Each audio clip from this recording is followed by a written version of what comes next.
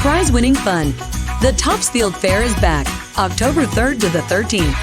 From heart-racing thrills and exciting live entertainment to award-winning food, giant pumpkins, and everything in between.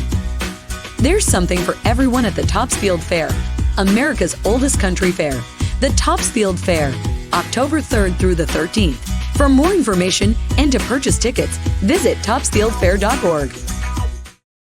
It's all about the cocktails on this episode of Kerrigan and Company. Kerrigan and Company is here for you. Yes, Kerrigan and Company is here for you.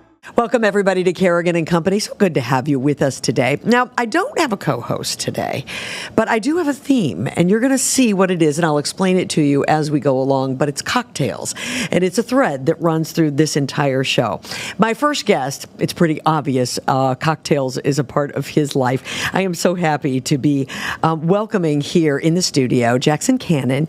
Jackson is from Eastern Standard Hospitality. He was on the ground floor here in Boston back in the late 1990s as cocktails sort of revived themselves. I will tell you that some people refer to Jackson as the godfather of mixology here in Boston. How does it feel to be the godfather of mixology, my friend? I don't know about that. I've been such a collaborator with so many people who help do what we've done. So, well, I think you're being very, very generous because I have known of you for a very long time, and I've been in Boston since the early 1990s. And celebrity follows you, and so does award-winning restaurants and bars. I mean, you really have a resume that's impressive. I was at the right place at the right time. Yeah. For instance, I brought 2 drinks today that both have been authored by staff members I'm working with currently. So all along I've been blessed to be working with great people who I've worked for, who I've worked with, who've worked for me.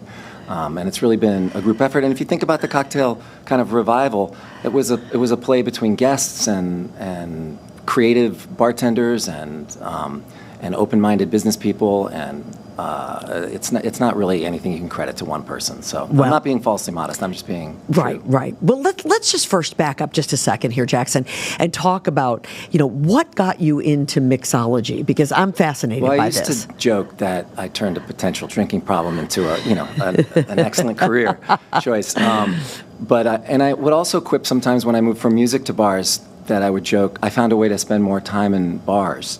I love the community that's available in bars and restaurants. They are my people. I came to it later after a long time of visiting them as a working musician. I came to the work later, but when I did, it just felt like I was coming home. Many of my early childhood memories of being turned on to food and drink in kind of those environments have stuck with me and inspired me. And I've been blessed to create those moments for other people. One of the things about being in the scene this long that's been really gratifying, especially as we, shuttered the original Eastern Standard at 15 years and we were dark for a couple of years and we opened in this new location, was a chance to hear stories from so many guests about how their first cocktail was over the bar at Eastern Standard, their first oyster paired with an old Cuban, just experiences like that. And they've gone on to work in hospitality or work in other fields, but always kind of staying with that cultural touchstone to what bars and restaurants can be. So I'm in it still. Well, it's so fun. I mean, for me, a really great drink is a lot about the glass and the atmosphere that I'm in, and then the drink is good. Would you agree? Is there something to be said about that? What's so interesting is that like the same recipe that you might believe in works, at the beach one way and in your home another. So true. And there's a whole theory about how music sounds different in attics or basements, right? So it's very true that it's a lot about the environment that goes into a cocktail. Yeah. And, properly making the drink is really important, but all of the other elements are really what bring enjoyment. Well, you had that at the Hawthorne, which I think a lot of people would know the Hawthorne. And as you just said, of course, that shuttered after COVID. You reopened Eastern Standard, another location, and then you decided that, there would be another bar, but you didn't want it to be the Hawthorne. Well, the relationship physically between the two bars was so different. Mm-hmm. Eastern Standard, you can look at it, and even though it's like a kind of magnificent update, and you may miss the old touches, it's it's different, but the same enough that you can say that's Eastern Standard. That was not going to be true of the space that we christened as Equal Measure. And we wanted to take advantage of what was different. You know, the Hawthorne was a very separate entrance, very separate location from Eastern Standard, kind of down the block. This was going to be, you could wander into it by accident from Eastern Standard. It could remain, you know, hidden, but in sort of plain sight. Yeah. It was going to abut our private event space and so be flexible into kind of different sorts of uses. And so it kind of put us on the hunt for an identity that really befit the space the way we were going to use it. Absolutely. What makes a good mixologist? It's funny, you'll hear great bartenders bristle now at this word. It's an old word that was brought back intentionally in the 90s to bring respect back to craft bartending. Right. But it is only one of our disciplines, making drinks well.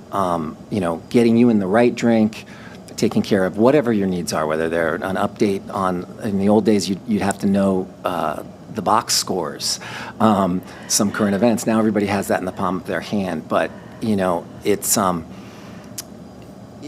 I think the best mixologist is somebody who is aware that different people have different tastes and need things balanced different ways to meet their needs and is willing to do that. So you're telling me that you guys will take a drink and I might say, I like a little less whatever, but I like that drink, and you'll make it that way. Well, I mean, pulling back the curtain a little for you, if you say that and we figure out that it's your first time with us, we'll make it the way we usually do. Okay. We'll say, absolutely, I'll bring you a sweet Cosmopolitan. We'll make a Cosmopolitan the way we believe is the most universal specification for people, and then we'll watch carefully, be like, is this what you wanted? And if you say yes, then you can kind of bring that person and say that you just need to order your drink here, and we'll bring it to you.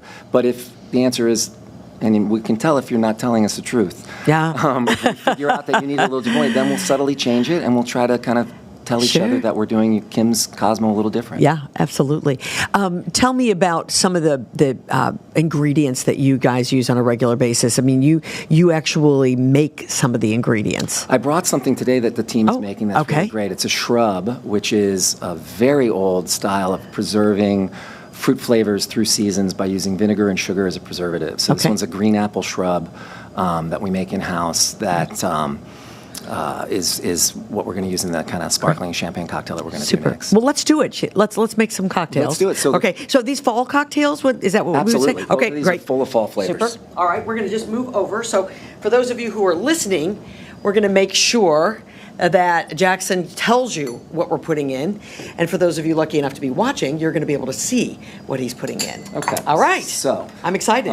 The first one we're going to do is the Choreo Coupe. We've had this by name on our menu at Eastern Standard for decades now, and we've maybe done 20 or 30 versions. We rotate through the seasons doing different examples of it. It's always a champagne cocktail, always starts with a vodka base. I'm using the Rika, Icelandic vodka in this, and just an ounce of vodka. Okay, great. And then this shrub that we've made is green apple, vinegar, a little bit of sugar. You can kind of... Now, how long does something like that... Let me smell So it's designed to... It's designed to preserve flavors at an ambient temperature throughout the season. Okay. Because it doesn't smell like vinegar. That's what I anticipated it would. Yeah, it's just a little bit. We use a lot of champagne vinegar, and we use a lot of apple cider vinegars. Sometimes we'll choose sherry vinegar. So it's a full 2 ounces of this. And basically you can think of this as both the sweet and the sour that would be in a cocktail like this. Jackson, is it important to measure cocktails? Because that's what you're doing. You're measuring this out. You know, so using jiggers, which are the patterned kind of tool that we have, that's a larger one with, you can see gradiated measures inside of it, or using a measuring spoon. Yes. A teaspoon is half an ounce, so if you have a recipe calls for 2 ounces, it's 4 teaspoons, 4 tablespoons, sorry. And I think it's really important for balancing cocktails. We're not really doing it in terms of a portion control. We're really just trying to make sure that we're getting the balance right in everything we do. And then I'm going to fill this with a little ice. I'm going to put... So he's filling the shaker with ice. I'm also putting a little ice everywhere it'll go. Okay. A little in the glass just to get a chill on it. That's one of those tricks that you might not think of at home. You should be keeping them in the freezer if you can. Yeah. That'll make the last sip even more enjoyable. The first sip of a cocktail is almost always good. Yeah, you're right. And then you want to vigorously shake. Okay. Right now, it's the movie Cocktail, and we're shaking. Get everything out of there you can. All right. I'm going to use 2 strainers. This is I'm going to use a tea strainer. Now, why two? So I'm catching every little piece of ice that might kind of come through and float on the top because I don't really want that extra dilution that would represent. Okay. And Because a lot of people, you have a martini, you want a little sliver or whatever, but your answer here is no. Yeah, we will do that for you, but we Yep. tend to take it out if we can. Now I'm topping with some sparkling cava. Okay. And this, I kind of know the line I'm going for. You can see how that sort of sets the top of the drink. Yes. And so you have the fall Korea Coupe with green apple shrub. All right. For those of you who can't see this, it's being served in a beautiful, I would call it a champagne flute. Although, what's this? This is a what do you coupe. call a coupe? Yeah.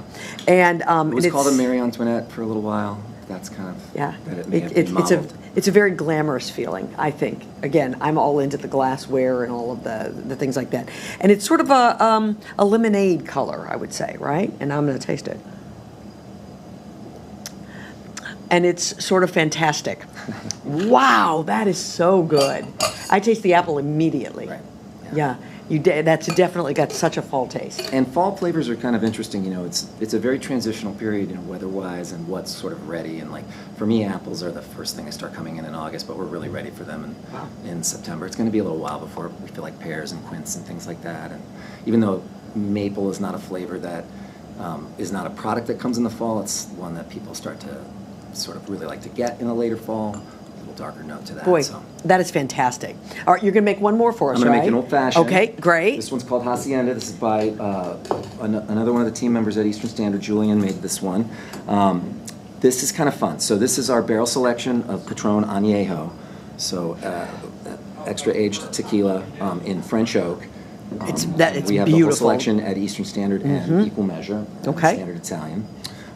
And I'm going to do an old-fashioned with that, a little bit of mole bitters, a touch of salt, and this Amargo de Chile from Chicago, actually. It's got a slight infusion of like savory, smoky peppers in the Amaro.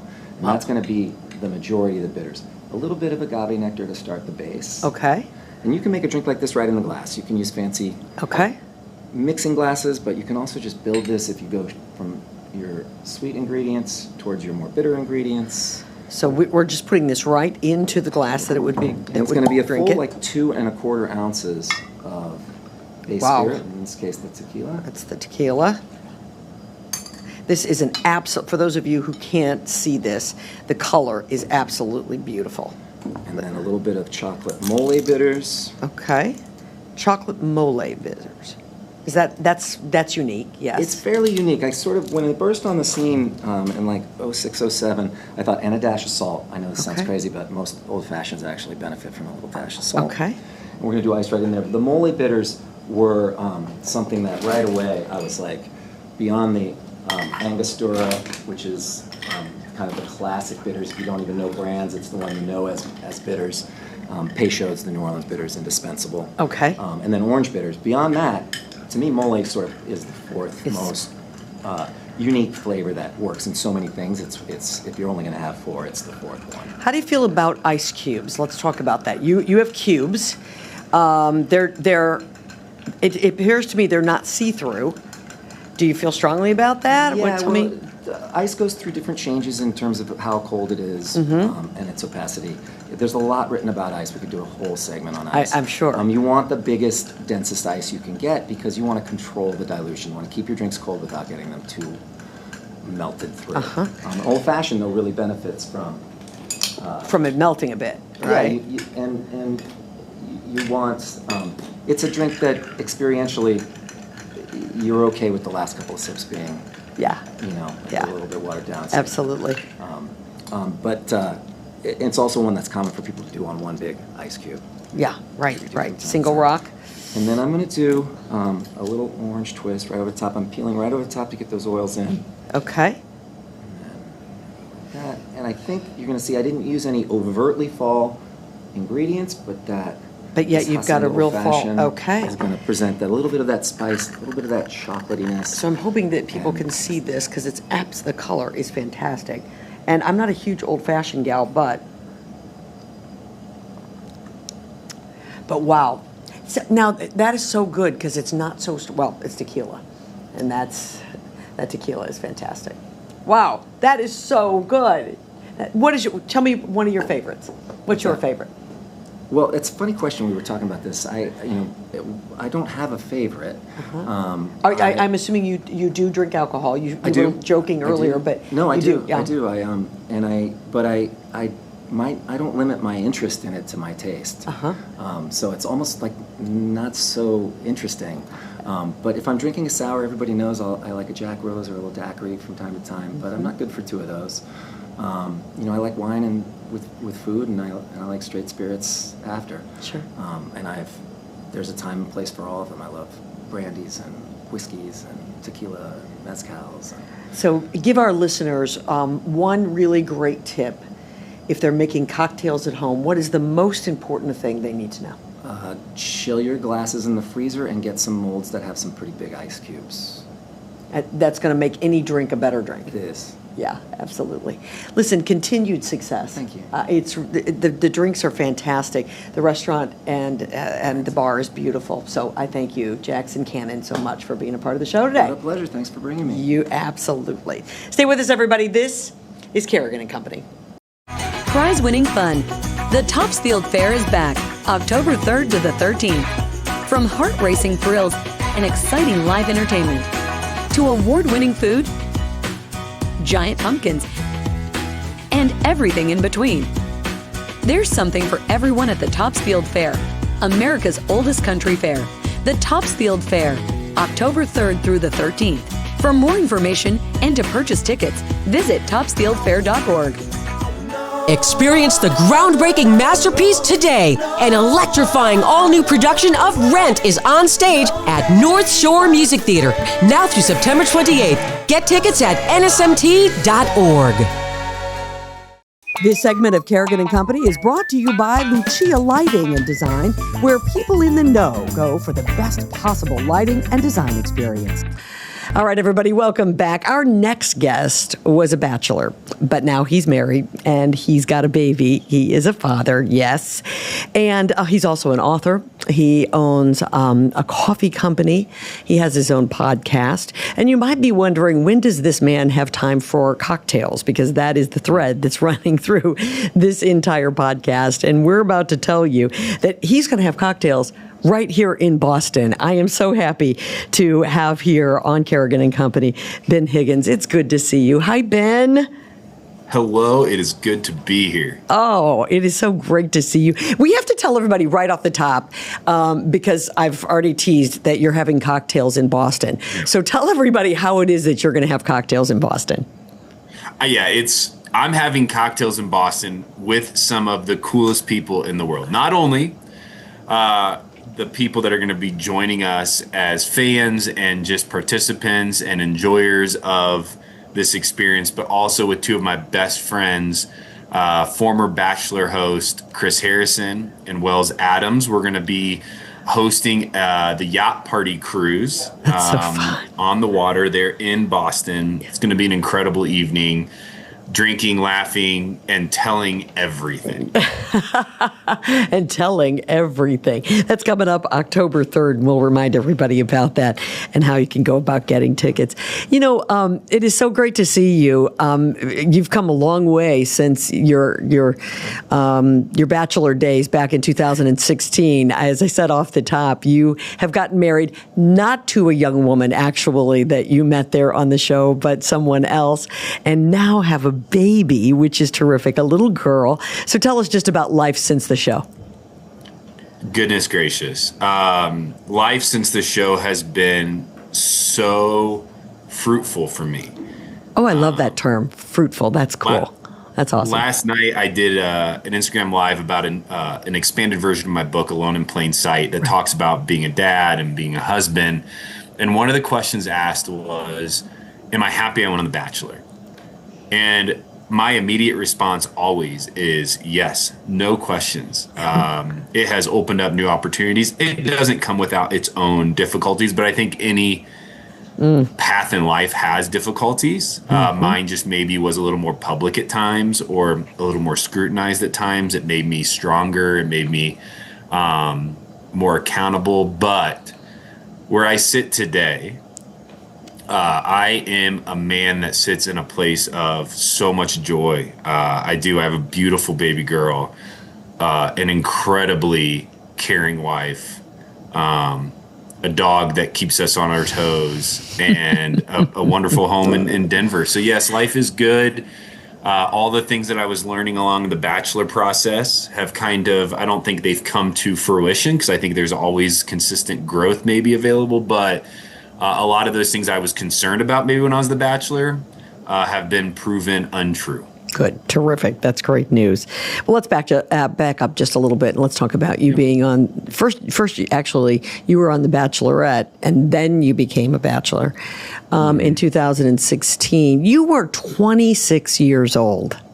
Yeah. I've got kids, and one of them is older than 26, and I look at that and I think, wow, he could never have been on that show. He just would not have been prepared.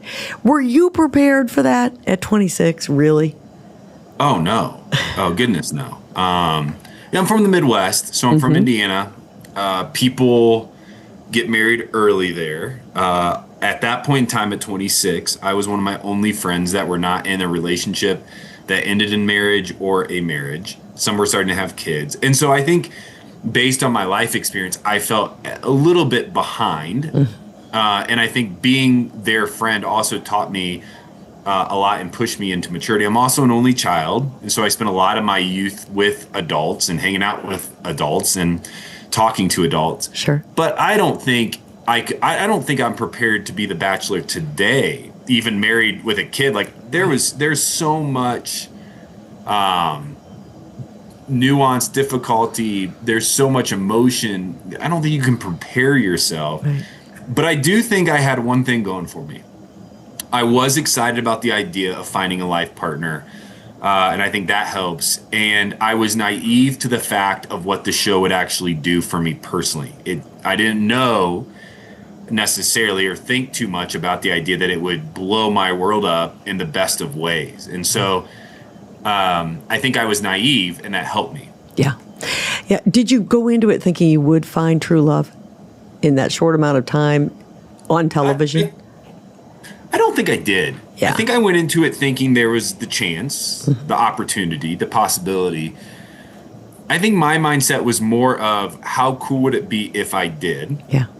But then also, how much will I learn about myself along the way? I mean, you get the opportunity to learn a ton about others and their stories and what you're looking for and not looking for.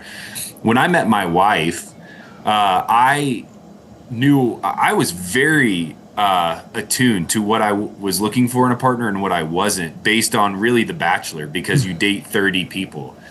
And so I think it did help me there, but I don't know if I went into it going, yes, at the end of this, 100%, this is going to be the way, my life works out. I don't think I had that mindset. Yeah. Well, I would think, too, now that you have met your life partner, you realize that maybe there was more in it than just a TV show. 100%. Yeah. I mean, you got to think about the things you mentioned that I get to do for a living now. Right. All those are based on the show. I also am an investor in a restaurant group here in Denver, and the CEO is from Boston. Used to work in Boston, lived in Boston, grew up in Boston. He's an incredible leader, as most Bostonians are, or whatever you call yourselves. And so, yeah, I mean, I think for me, it's the show just kind of brought a tremendous amount of opportunity, and it switched my life up. I was 26 years old working in software. This pivoted my life to become, no matter what, a little bit more exciting. Sure, absolutely. And I think I needed it. Yeah. You haven't been shy about talking about mental health struggles, and I don't know if those mental health struggles started prior to being on The Bachelor, or if that's the impetus behind the book that you wrote, which is sort of, being out there but still feeling alone. You tell me about those mental health struggles and where you think those are founded. Yeah, the book is really all about that. Yeah. Alone in Plain Sight is a book on my story. And my story is one of feeling like an outsider from my youth, feeling like I'm misunderstood, like I don't belong, that everybody's in on a joke that I'm not in on. I think The Bachelor was an opportunity for me to say that publicly. I had held that deep in my heart for a long time, always trying to be a chameleon to relate to or be involved in different groups and different things. When I was on The Bachelorette, I said publicly that I felt unlovable. I think what I really meant was I felt unlikable, that I felt misunderstood, but I think it came out as unlovable, which wasn't not true. Right. And when I said it publicly, I had a response that I didn't expect, but a response from so many people saying, me too, I feel this way also. And I think as a result, people related with me. And so it lasted existed before the show, lasted through the show. And then a lot of my work today is based on me saying that and me trying to find different ways to involve others in solutions for those that also feel like outsiders. Well, did being a celebrity make you feel, I mean, that had to have exacerbated that situation, right? Because then sort of you're unapproachable to some people and, it can feel very lonely being someone who's known by a lot of people and loved by a lot of people. Yeah, I mean, I think being in the spotlight definitely increases the opportunity for me to feel that way and for me to make others feel that way. Yeah. And so one of my focuses, which is exhausting, I won't deny that, but when people come to an event like the Yacht Party Cruise, or they come to a book signing, or they come to a live podcast, it is because it is my desire, my intention, what I feel in my soul, is to make these people know that I appreciate that they're there and that I see them. It's not always possible, right? When thousands of people are in a room, it's tough to do. But I can at least exude kind of a posture of, I would love to be able to hear your story if possible, if time allowed. And that's exciting for me because I do think that has become my mission and my purpose.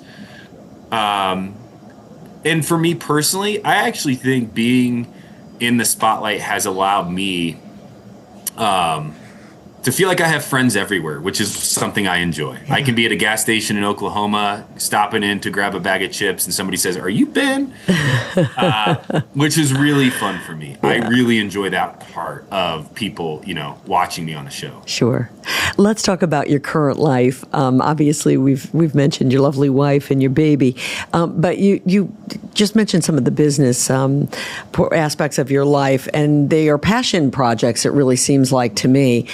So talk a little bit about the coffee company is really fascinating.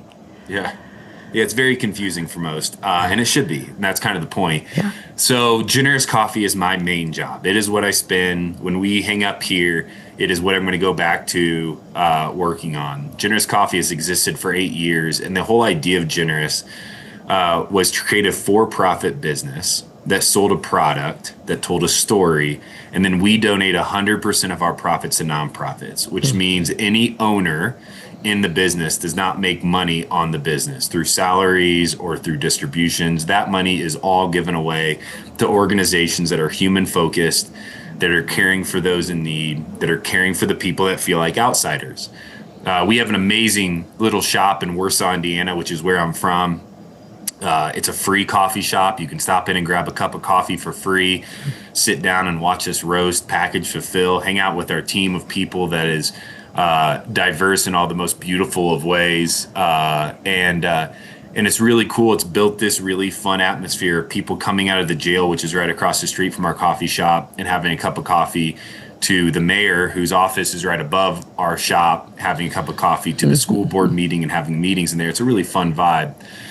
So that is a passion project, obviously. It is a project that I just believe long past, hopefully, when I'm gone from this world, that still exists and that's still a fundraising source and an engine for good in the world.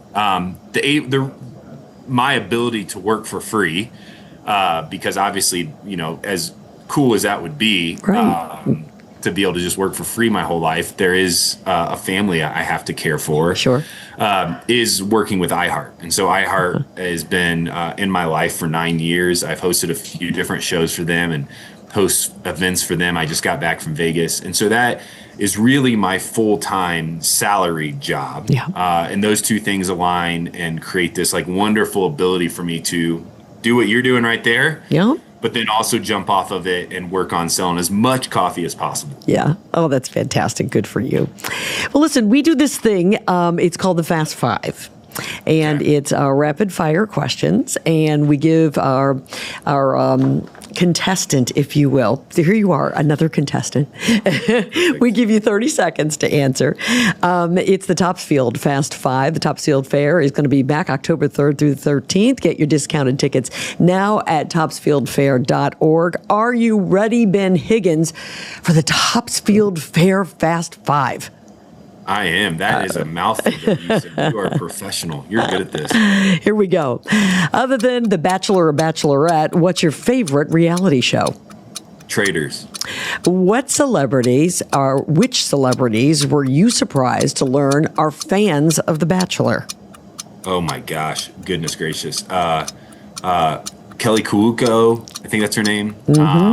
Jimmy Kimmel is a big fan of the show. Selena Gomez is a fan of the show. All those are shocking. I think when I was The Bachelor, at the time, President Obama was the president, and he mentioned my name in a speech and talked about giving out a rose at one of his addresses, which is mind-blowing because his daughters watch the show. I love that. That's fantastic. If you had to name your next child after a Winnie the Pooh character, because we already have one Winnie, what would that name be? Goodness. Winnie honestly looks like a piglet. So it's like she's just cute and tiny. Tigger's my favorite. Yeah.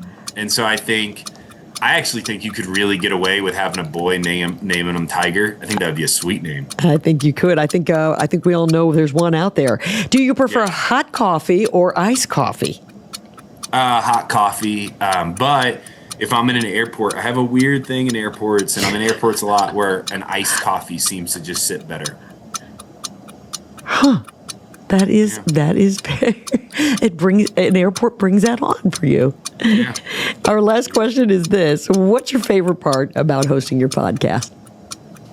At this point, I've been off the show for a while now, and I'm still a fan of the show. The best part for me is still getting to talk to people who are on the show currently and hear their stories. Yeah. Hear why they did it, what their struggles are, what their joys are, what they want to do with this new platform that they've been handed. It is my favorite part is just getting to connect with some of the contestants who are leads and some of the contestants who maybe went home night one and just hear their stories. Absolutely. Topsfield Fair, it opens on October the 3rd, and our friends at the fair have given us some tickets to give away to all of you at home. To win a family 4-pack of tickets, go to Kerrigan & Company Instagram page and answer this week's question. What's your favorite ride at the Topsfield Fair? Enter by 5 o'clock on September the 26th to be eligible, and we will announce the winner over the weekend. You're not sorry you were on the... I know somebody asked you, are you glad you went on? But my question is this, would you go on again?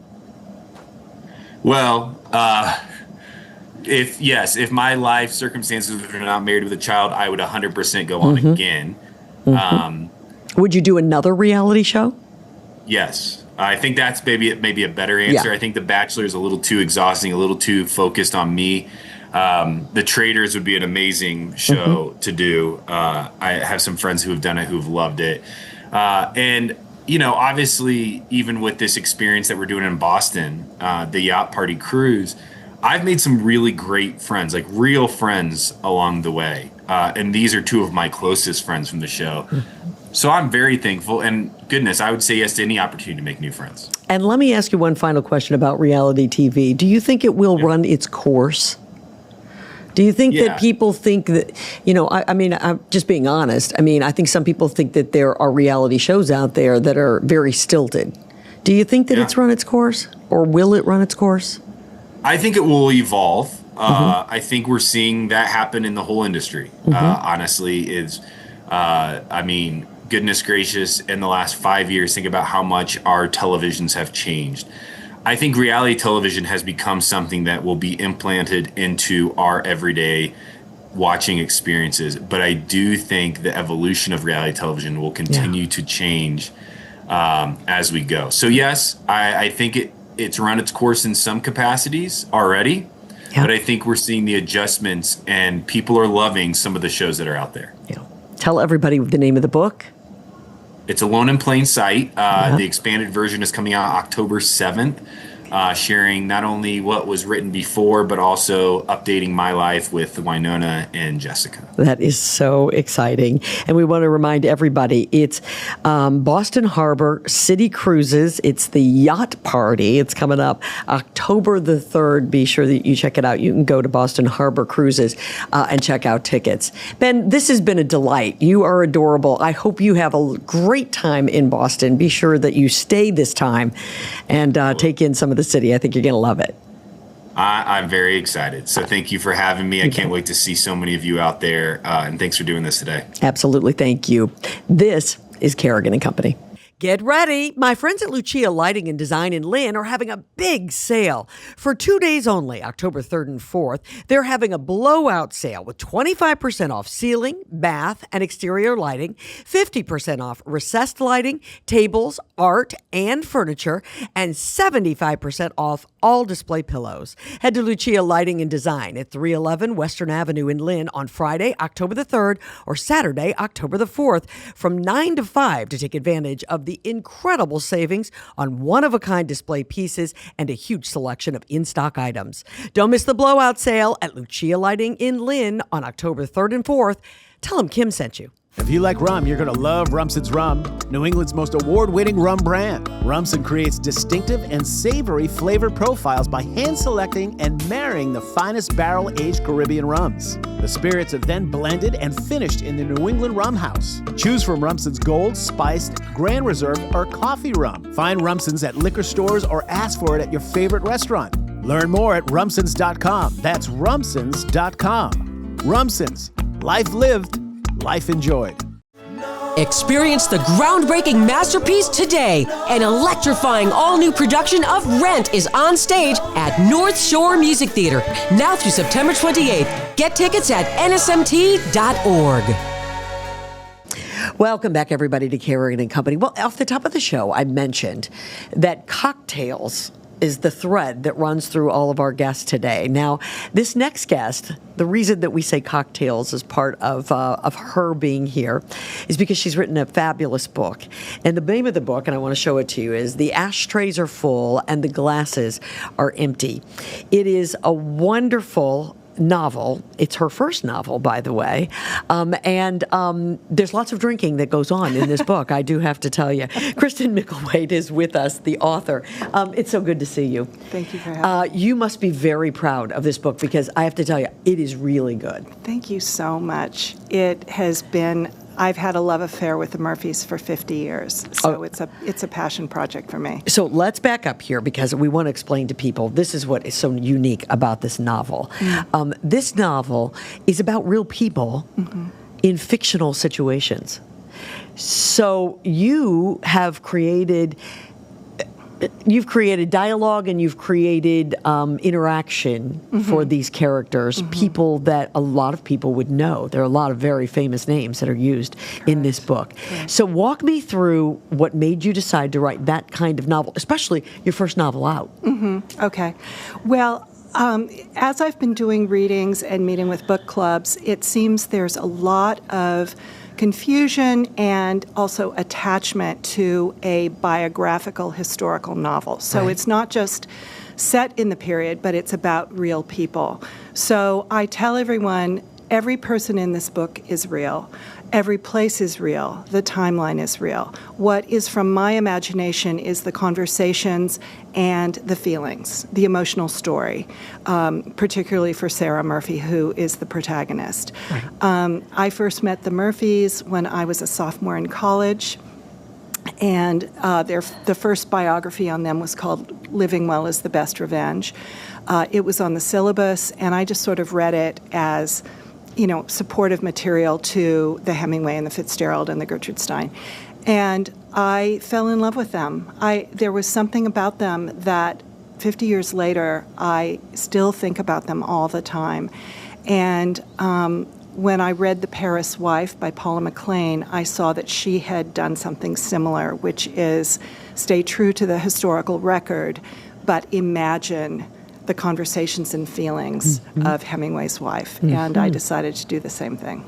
So when you say, and I want to make this clear to everyone, when she says that she was in college and she met them, you didn't meet them. You read about them for the first time. Right. Yes.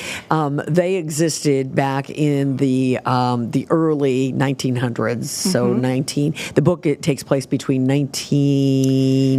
where did we start? Early, with?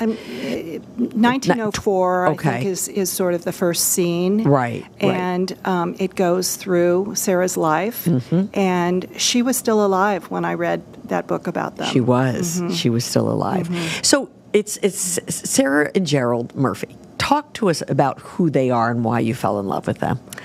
So they were entitled young people. Sarah's father was a self-made millionaire. He had a company of publishing inks. Gerald's father owned Mark Cross, the leather goods company, and they met in East Hampton. She was 5 years older than him, and it was a friendship for 11 years. Right. So when they finally fell in love and got married, they both wanted something different than the traditional level of society that they were expected to step into. And their solution was to leave the States and move to Paris. And when they got to Paris, they started meeting all of these other American expatriates like Hemingway, Fitzgerald, Gertrude Stein, who were creating, looking back, what I think is possibly the most creative moment of the 20th century. Right. The jazz age. They were so tickled because they created, or so they thought, the Murphys, the life that they always dreamed of having. It was still a life of privilege, but it was under their terms. Sarah was a much different kind of mother, she always said, than her mother was. She was a hands-on mom versus her mother, who was not.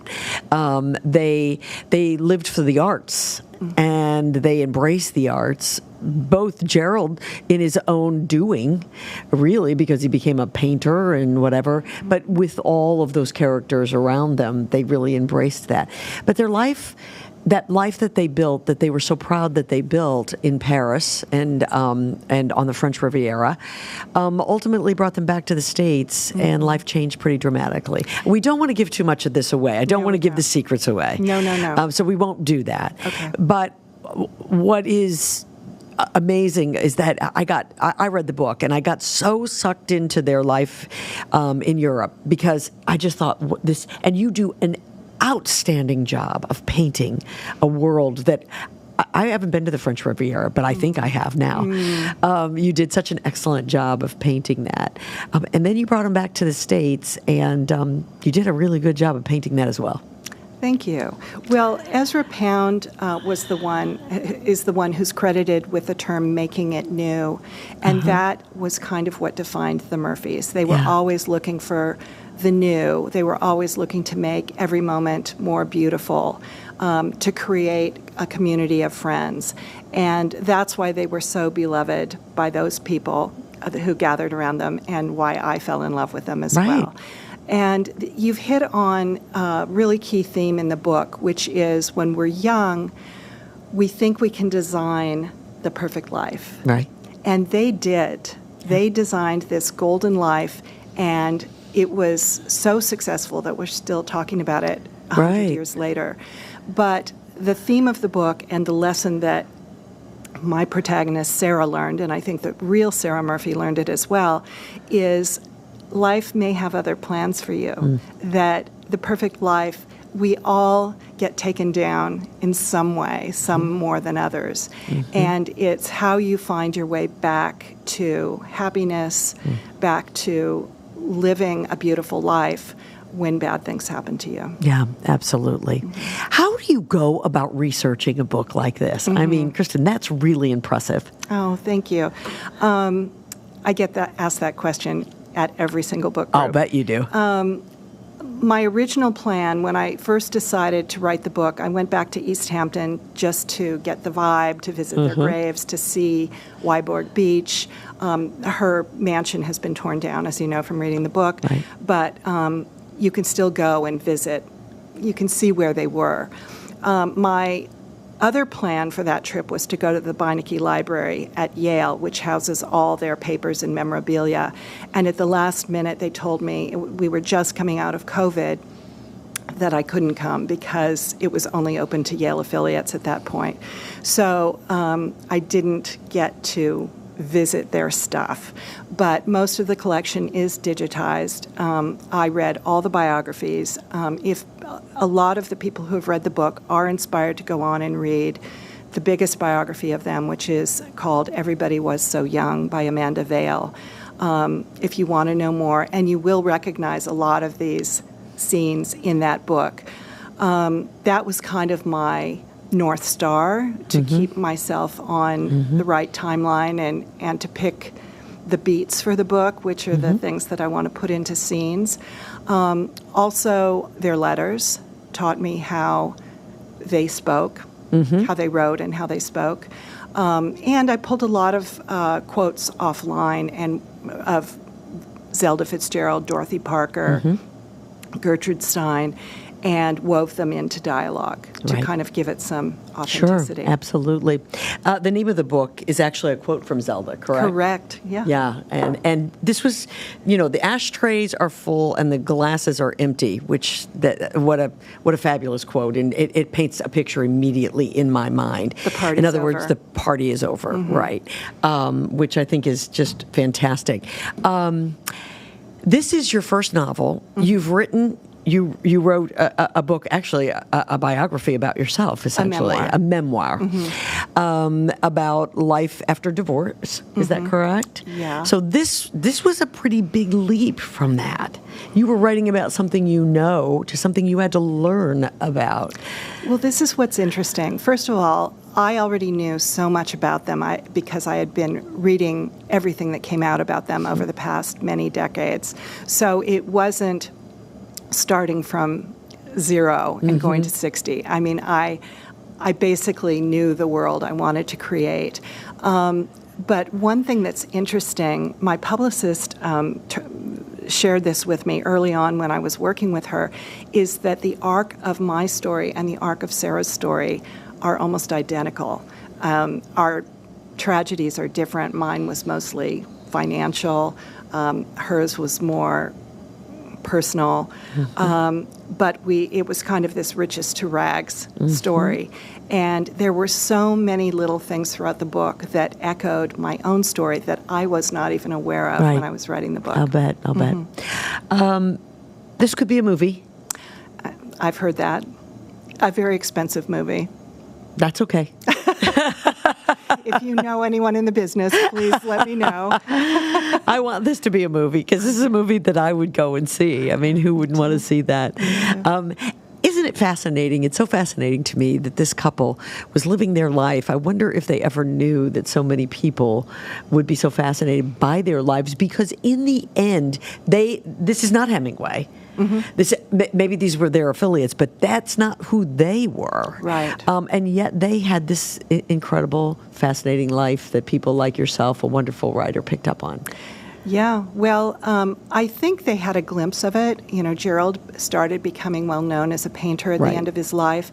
Calvin Tompkins, who was their next door neighbor up in the Hudson Valley, started interviewing them. And the New Yorker article based on that and his book came out while they were still alive. And Sarah's initial reaction was, it's disturbing ghosts. It's nobody wants to go back and look at that. Sure. So I think they got a glimpse of it, but they really were very private people. And I hope they approve of the book. I feel confident it's they opening their story up to a lot more people. Absolutely. What's next for you? I have written a speculative novel, which I wrote many years ago, set in 6 different historical periods, starting with Minoan Crete, going all the way to modern day. I know it sounds horrible. No. It's vignettes of different historical periods woven with a modern-day through line. And the genre, I think, is speculative, which means, elements of magical fiction in a linear. Think Cloud Cuckoo Land by Anthony Doerr. Yeah. I haven't pitched it out yet because I want this book to have a life of its own, but that is ready to go.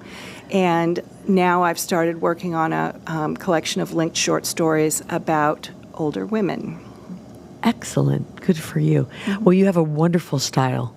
Thank you. Really do. Thank you so you much. tell a story without, I love a story that's told without too many adjectives. You actually do tell a story really well without, making it so ridiculously flowery that to me, I get lost in that and then I'm bored with that.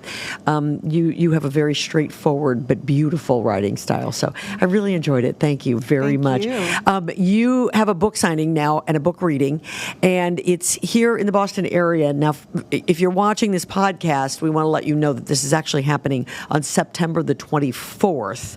So this podcast this is a Tuesday, the 23rd that we're recording. This will drop later today. So for the next day and a half, you'd be able to do this, and that is going to be where? Belmont Books in Belmont. In Belmont, Is that the I'm town? sure. Absolutely. And I'm going to be in conversation with best-selling author Randy Susan Myers, whose latest book is called The Many Mothers of Ivy Puddingstone. Wow. I'm meeting her for the first time, but she's been very supportive. And surprise guest, our editor, Becky Hilliker from Kohler Books, is also going to be there. So we're going to be talking about getting published, the writing process, as well as my new book. The book. Fantastic. And can you tell everybody what time that's going to happen? I think 7. We think 7. Go there you to go. Belmont Books website because for my reading in East Hampton, I got the time wrong. So check my work. Right, exactly. Well, when you're on a book tour, I have to tell you, I think it's so crazy that you're lucky you know where you are right now. I don't. So, I really don't. I understand that. Ashtrays are full and the glasses are empty. It's Kirsten Mickelwait. Be sure you check it out, folks. I do highly recommend it. Kirsten, wonderful to meet you. Thank you. Thanks so You much too. for being a part of Kerrigan & Company. Thank you. We'll be right back, everyone. This is Kerrigan & Company. Experience the groundbreaking masterpiece today. An electrifying all-new production of Rent is on stage at North Shore Music Theater, now through September 28th. Get tickets at nsmt.org. After all of the sunscreen, sunshine, salt, and chlorine, your skin, if it's like mine, could use a good cleansing. That's why I'm headed to see my friends at Sienna Aesthetic Spa in Beverly, and I think you should too. They offer a hydrofacial that's non-invasive and delivers instant results for all skin types with no downtime. It combines cleansing, hydration, and nourishment for a radiant complexion. If you're looking for immediate glow without any irritation, set up an appointment today. Go to siennaesthetics.com. That's siennaesthetics.com. This segment of Kerrigan & Company is brought to you by Sienna Aesthetics Medical Spa. Take years off your face with the very latest technologies at Sienna Aesthetics in Beverly. Well, that's going to do it for this edition of Kerrigan & Company. I very much want to thank Jackson Cannon, of course, our mixologist. I want to thank the author of Ashtrays Are Full and the Glasses Are Empty, that, of course, Kirsten Mickelwait, and the former Bachelor, Ben Higgins. And quick reminder that he will be in Boston October the 3rd at the Boston Harbor City Cruises yacht party, so you can see Ben then. If you've enjoyed it, please make sure that you subscribe if you're watching us on YouTube, and be sure you follow us on social media. And want to remind you that we have a brand new website. It is KerriganandCompanyPod.com. That's how we can stay in touch with you, so be sure you check it out. Thanks so much for being with us this week, and we'll see you again next week. Thanks, everybody, for listening to Kerrigan & Company. To find out who will keep me company and be my co-host on the next episode, be sure you follow us on Instagram, Facebook, X, and TikTok. Kerrigan & Company is recorded at the Big Night Studios at the TD Garden in Boston. You can view the podcast on YouTube and listen to it wherever you get your podcasts. Be sure you tell a friend. The executive producer of Kerrigan & Company is David Thompson, and our social media managers are Grace Kerrigan, Colby Thompson, and Riley Thompson. See you next time.